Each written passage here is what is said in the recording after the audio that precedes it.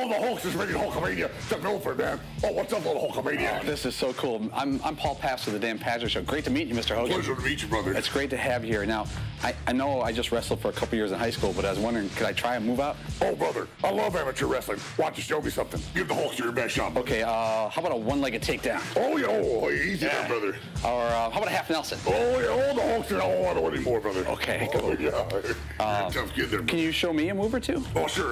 Let's do one of the basics, man, brother. First, you grab the guy by the arm bar, then you hold it, ask him, ref, and then you hold an elbow smash. Yeah, that's cool. Be too hard, brother. Well, thanks for coming in. And sure. Maybe just one more move, Mr. Hogan? How about the Hulk gives you a finishing move? Let's try this one. Okay. Here we go. Oh, Jesus! Oh, what you gonna do? We're Hulkamania! We're wild over you! Oh, yeah! Oh, yeah!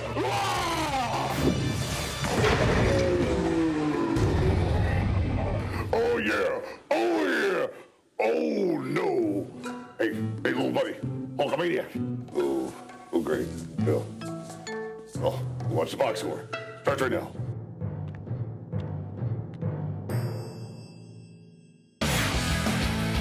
I don't know a lot about sports, but I can drink a lot of beer. My motto is simple. C's get degrees. Need a long, inappropriate hug? I'm your man. I think I'm smarter than you, because I probably am. Howard Collins for box score.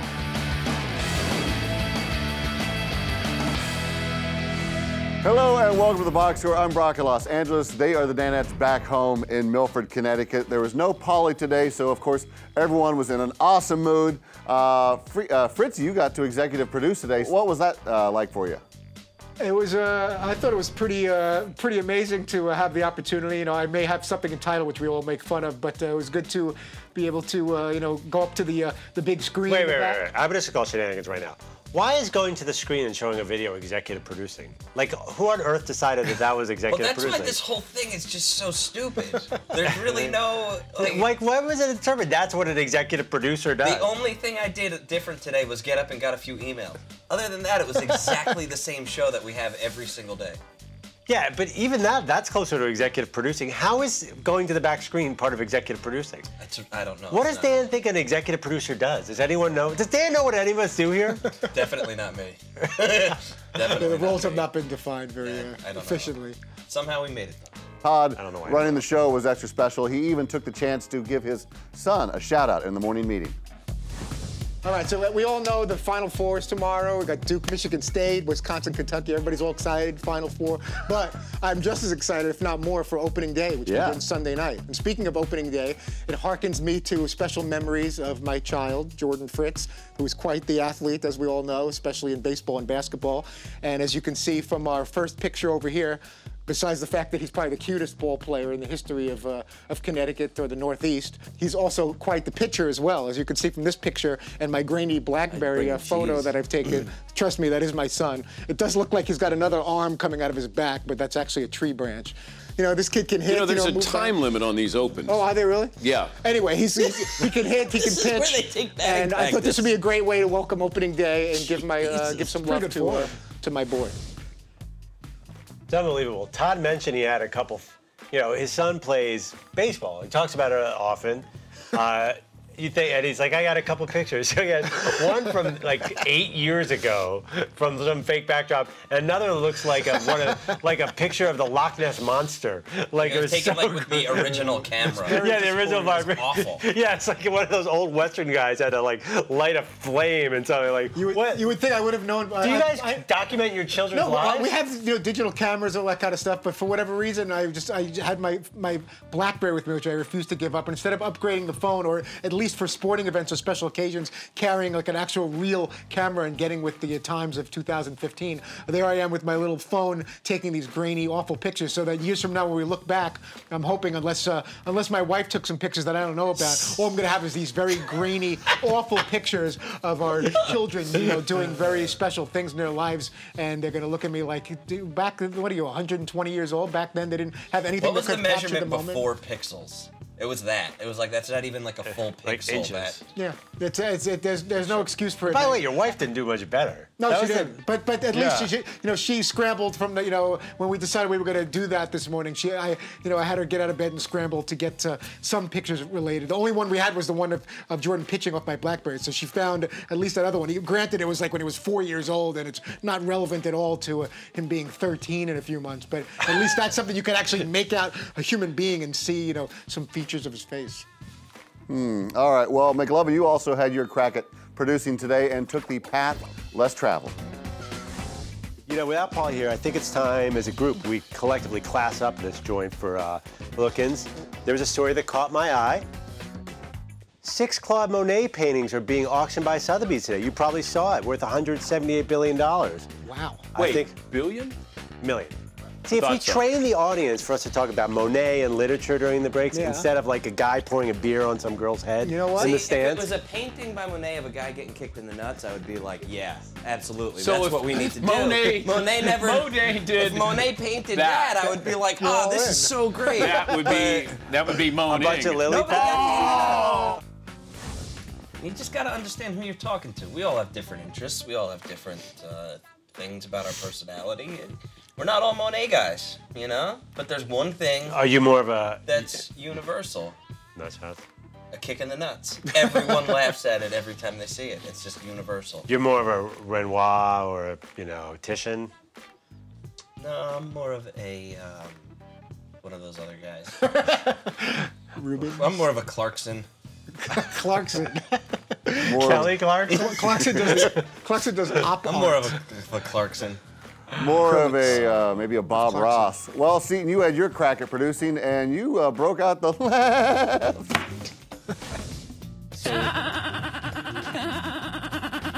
Oh, man.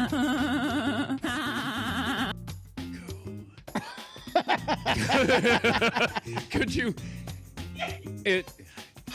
Would you try not to make Maria Menounos laugh? Right? Would you try not to make her?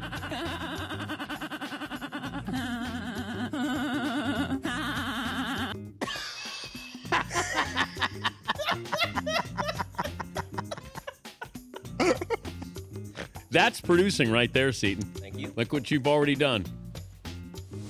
That was fantastic. I hope Maria's a good sport. If she's watching or it gets back to her, that we had a little fun at her expense. But I was cracking up, and we're already loose. It's a Friday, the holiday weekend coming up, and any excuse to laugh. And then Seton doing his laugh. I'm in the back cracking up, listening to what Seton put together with that, rifling of Maria Menounos laughs. It was just. See, I feel like I can make that joke. You can. Right? You can get I've away got a with it. super obnoxious, over-the-top laugh that borders, all of those are comparable to every, Maria Menounos, Darius, and Parsons got Seth involved Rogen, and had some fun. All of the great annoying laughers. I think I'm right in there, so I can make that. You joke. can definitely get away with I it. thought you were fake laughing a little bit there, Todd. Did you really? I thought you poured it on a a little. Seton's a master, like a master. You got to know Todd's real laugh. All of the other ones are fake. That was the real one. What was that right there? I have no idea. That was the Somewhere in the you're middle? on to me laugh. Yeah. There were times that, like, when the dude was in going, magic, Mike, those were real laughs at a time, because it gets a certain... Jay Farrow had me really laughing. I can't tell when Todd's fake listening or real. I mean, the fake listen is obvious. When Todd says, Dan, so who do you have for MVP? That's a fake listen. And especially when 2 minutes before he said who he liked for MVP, and I wasn't paying attention at all. There's nothing better than Todd's real laugh. Like when he's honestly laughing at something, it's like seeing a picture. We've had some of those. It's like a video of puppy dogs rolling down a hill or something. Meanwhile, oh my God, this is so We've had those on some of our car rides. Meanwhile, I'm sitting there, if you notice, like, I'm stone-faced. Because, like, when everybody's laughing, my instinct is I can't laugh here. Because you think that Maria Menounos is going to see that and be like, ooh, who's the hunk not laughing? I would be disappointed if Maria was upset with us, because she's... Oh, yeah, why would she be upset with you for that, Todd? All right, coming up, Jim Parsons gets some motivation from Seton's brilliant producing. This, you know what's brilliant? Hey, the box score is powered by what's brilliant. It's the Ram 1500 Eco Diesel. Every truck can tow a boat, every truck can climb a hill, every truck can haul a trailer. But not everybody has the most fuel-efficient half-ton truck on the road. That's right. Want more facts? You can get those at ramtrucks.com. God's glory, Ram.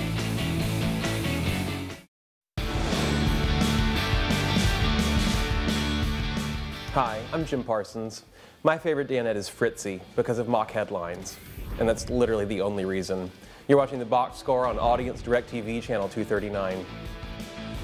Welcome back to The Box Score. Special thanks to Jim Parsons there, friend of the show. Jim also a fan of the show and was motivated by Seaton's brilliant producing. Jim Parsons, a.k.a. Sheldon. I figure, you know what? I'm deep into my 40s now. It's time to get a new laugh.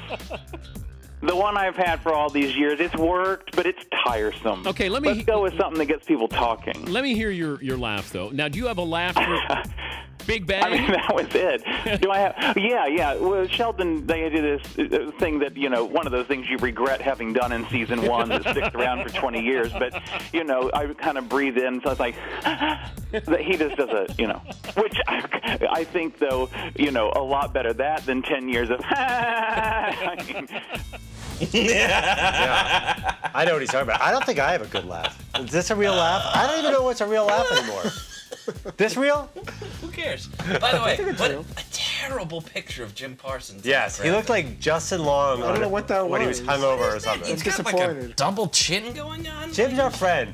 By the way, Jim is our friend, so we got to support him. We don't have to bring up his advancing age and dwell on it in the segment before he comes on. I try to make him 32 because I got no researching skills. That was and I'm getting a lot of facts weird, wrong. dude. And I said it with such confidence. The guy just turned 32. And Dr. Walk of Fame. He just talked about his 40th birthday. Dad's at I'm pretty sure he's in his 40s now. I don't know where you got 32. Tell you, Yeah, Fritzy, where did you get that information? You did. You guys are welcome. You saved the whole deal there because I didn't do anything at all for that. Yeah, Fritzy, where did you get the fun fact that he was 32 years old? I must have either read something wrong or went to some kind of bad website, or I don't know why I had 32 in my head. I should have known better than that. And if I listen to the show once in a while, we have had him on a number of times where he addressed the fact that he had just turned 40 or was in his 40s. And I just, was making one foible after another. I put in a question for Charles Barkley to ask him about who he'd like to have him have coach his Alabama basketball team, even though he went to Auburn. And then I wasn't concentrating, and Dan said, he didn't go to Alabama. And then I said, yeah, I know. Arkansas, I should have known that, and it's Auburn, so I totally destroyed that. Dan, but the thing is, Dan won't remember that. I know, it'll ruin my entire weekend into the middle of next week, and then he doesn't have to. It'll happen again next week. And then I gave him bad information about Matthew Perry. We had Matthew Perry on. Dan immediately, you were in the box. There goes, it's just like Matthew Perry's on The Odd Couple. Third episode at that point, it was just. He will hold on to that for a long time. Don't feel bad. The Jay Williams like fashion. Yeah, I totally just made him look terrible. And he's like, hey, Matthew, Odd Couple, looking forward to the debut. Actually, Dan, it's, been on for a minute, but thanks for watching. Dan in the last segment of the last show is going to be like, this has been a great run, guys. Everything really fun. 14 years, except for that time that Todd wrote the question about The Odd Couple coming up. Yeah, you could do like 50 great things to get that one mess up. And I've been going through a little streak for some reason of just, for every cool tidbit or fact I may find, I come up with one to just destroy it with the wrong age or the wrong alma mater or the wrong episode number. So I really got to clean up my act and get it together a little bit. Don't feel bad. Paulie's gone. You should be in a good mood. And by the way, Jim broke down why it's easy to mistake him as a youngster.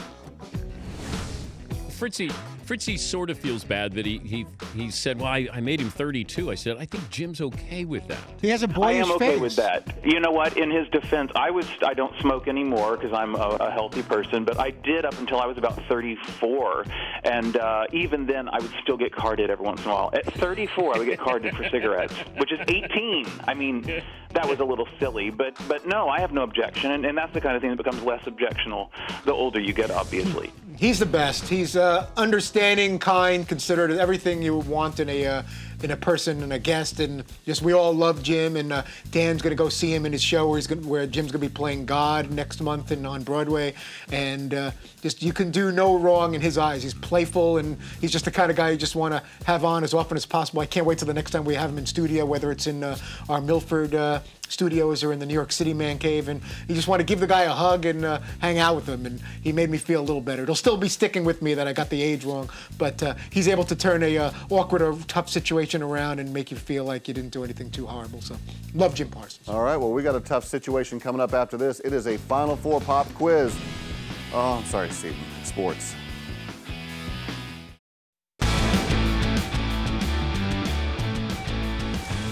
We are back here on the box score, guys. Final Four is tomorrow, and while Kentucky, Duke, Wisconsin, and Michigan State are going to be battling it out on Saturday for the title on Monday, you guys get to battle it out today for the title of College Hoops Guru. It is Final Four pop quiz, gentlemen. Since no Polly today, there are steals available, but you got to hustle. First one is for you, Fritzy. Which two teams are tied for the most Final Four appearances in NCAA history? Ooh, I'm going to say Kentucky and Indiana. I want to say Duke for some reason, but I'm going to say Kentucky and Indiana. Incorrect. Oh, steal. Yep. Kentucky, UCLA. Also wrong. All right, I'll jump in there then and say Indiana, North Carolina. Oh, good one. But you got to put McLovin and Seton together. You had UNC and UCLA are tied with 18. McLovin, you are next. Yeah. Got both of those wrong. Duke has made the Final Four 15 times. How many times has it been under Coach K? 15. Is there steals involved? Yes. Yeah. Could I buzz in there? Yes, buzz. I'm going to say this is Coach K's 12th trip to the Final Four with Duke. And you are absolutely correct, Todd Fritz. 12 times, and this is his 12th appearance. Good luck. Totally show prep, right? Show prep right there. Well, we didn't have Coach K on in a while. I remember seeing that during one of the Final Four preview shows that there was his 12th trip. Seton, what numbered seed is the lowest to ever reach the Final Four? Ooh. Man, I'm gonna 7 seed. Steal. McLovin. Oh. You don't have to say who it is, just a number. George Mason and Wichita State and VCU. 11. Yes. Or is it 12? Yes, 11. It's 11. Nice. Strong. Wow. We got a couple of them there. LSU. All right, we got one more for Fritzy. What was McLovin's first car? No. What numbered seed is the lowest ever to win the NCAA championship? The lowest seed ever to win the NCAA championship, I'm going to say, is going to be a 12 seed. Wrong. He just answered the lowest Final Four was 11. I'm going to say 7 seed. I'll say 8 seed, Villanova, 1985. Yes, McLovin's right. To That's a win trick the NCAA. Not to reach the Final Four, but to win the NCAA. 7 seeds have done nothing. Why would I say 12 if you said that's I thought it was some kind of trick question. That's me not paying attention. Exactly right. All right, McLovin, this one is for you. How many times have all 4 number 1 seeds reached the Final 11 Four? George Mason, 12. A 12-1. Somehow a 12-1, even though 11 is the... Well, they certainly did in 2009. I remember that. Yeah, it just happened. I'm going to say, since that's the only time I remember, I'm going to say once. You're correct. It's just one time. Oh my Kansas, God, dude, you've got like 3 Memphis, points UCLA, on and UNC. The last one is for Seton. In the 2008 National Championship game, who hit the clutch 3 to send the game into overtime for Kansas? This isn't that long ago. It seems like a look. That's still 7 years ago. Mush. Oh God, I don't know. Mario Chalmers. Absolutely correct. Mario Chalmers. Damn, that's exactly right. Nice. Well done, Andrew. Oh, the ultimate college hoops guru today is McLovin. Well done, Anderson. Well I still said done. 12 seed and got to the 5-1-0. Had to happen once. Yeah. Don't go away. A former college hoop star wants to clear the air with the boss. I want to clear the air with all the other non-champions. In order to be the best, you got to be the best. That's the Ram Heavy Duty. With its best-in-class towing, torque, and horsepower. We're taking a break, but the Ram truck does need one. No. Guts, glory, Ram.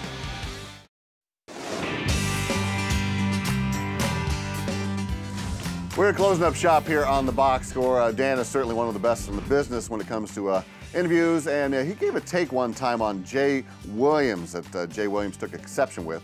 When he came on the air, he wanted to clear the air with the boss.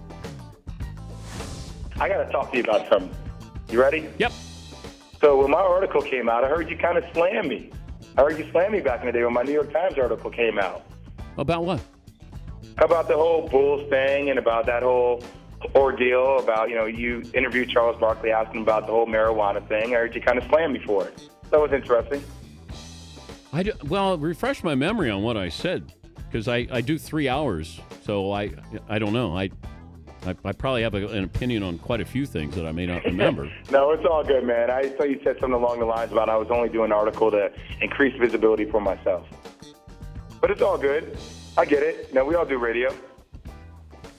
Man, I wish that, as soon as Jay did that, I think we all immediately started Googling things and trying to find out what Dan said.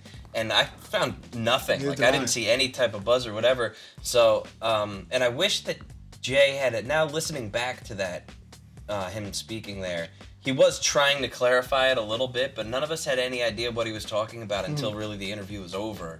And I wish that they had the chance to discuss what Dan had said about Jay and his teammates and marijuana and the Bulls. I think that would have been really interesting. For a split second, I thought he was joking, and then as it was going on, all I could think was, it would have been helpful if Jay or someone that helped set up the interview would have given us some kind of little heads up that it's something that was on his mind or something that's bothering him or something that he'd like to address, just so we can get a little notice, so that at the very least, Dan can be prepared for it or jog his memory a little bit to try to understand where he was coming from with that, instead of us feverishly trying to Google a quote that may or may not exist. A side topic from 2 years ago. It's really but I do like I like a little bit of that. There was a moment there where my heart leapt up in my throat. That was and good radio. If Dan had known it was coming, it wouldn't have been as shocking at the moment. Because Dan handled it amazingly. But Dan was it was an intense 30 seconds, which you don't really hear most often.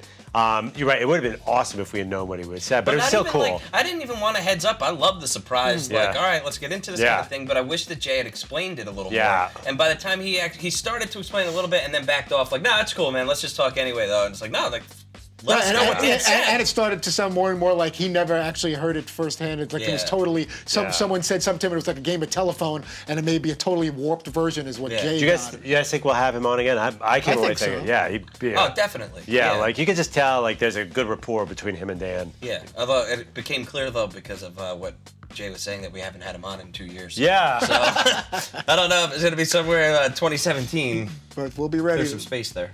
Hey, Fritzy, what's the longest you've ever held a grudge? There's been things that have happened to me in kindergarten that still kind of bother me every once in a while. I wouldn't say it's a daily thing, but I think of a girl that I really, really liked named Lori Greenblatt. Sorry, I'm just throwing the full name out there. I had a major crush on her, and in kindergarten we would hold hands, for fire drills and going to gym and everything, and we decided we would pretend that we were married, and then we went out. I took her out in 4th grade for pizza, and then next thing I know, by the end of elementary school into junior high school, she's with some other guy, and I thought we were going to be together forever. I used to have this Charlie's Angels dart set that I would stay up late at night and play, and say if I knock down one of the Charlie's Angels targets, that me and Lori are going to be together forever, and I would play these little weird games with myself. So you had a relationship of sorts with Lori Greenblatt for 7-8 years, where you guys pretended at least you were I thought married? so. In kindergarten, we said we pretended we were married, and we used to play with those little origami devices. You went from kindergarten to high school with this story. Yeah, more like junior high school until I finally moved on. But we'd play that little game where, guess how many kids do you want, and where you're going to live, what kind of car you're going to drive. And, I had some kind of purple Jaguar, and she was going to be there with me. We were going to have 11 kids and live in a cabin. Oh, thank God. But, Lori, honey, could you come in here? The guy on the television seems to think you guys dated in grade school. Is that? Okay. All right, Fritzy, who's on Monday? Monday, we are going to have Reggie Miller with us. We're going to have Kevin Millar with us as opening day, and the baseball season starts Sunday. And we're very excited that Xavier Center, Matt Stainbrook's going to be an intern, Danette, for a day. And if he remembers, he's supposed to be in full uniform with goggles and jersey and everything to help us out throughout the show. And we'll see, as Dan likes to say, what other surprises. But Stainbrook, Miller, Millar, all Monday. Doug Gottlieb Tuesday to recap the national title game. Fantastic. And happy Easter and happy Passover to you. Yes, all right, and right back at you, buddy. Hey, thank you guys, and thanks for watching the Box Score. Get a chance this weekend, hey, look for BKB. Check your local listings. It's right here on DirecTV. Cheers, Finn, buddy. I don't know a lot about sports, but I can drink a lot of beer. My motto is simple. C's get degrees.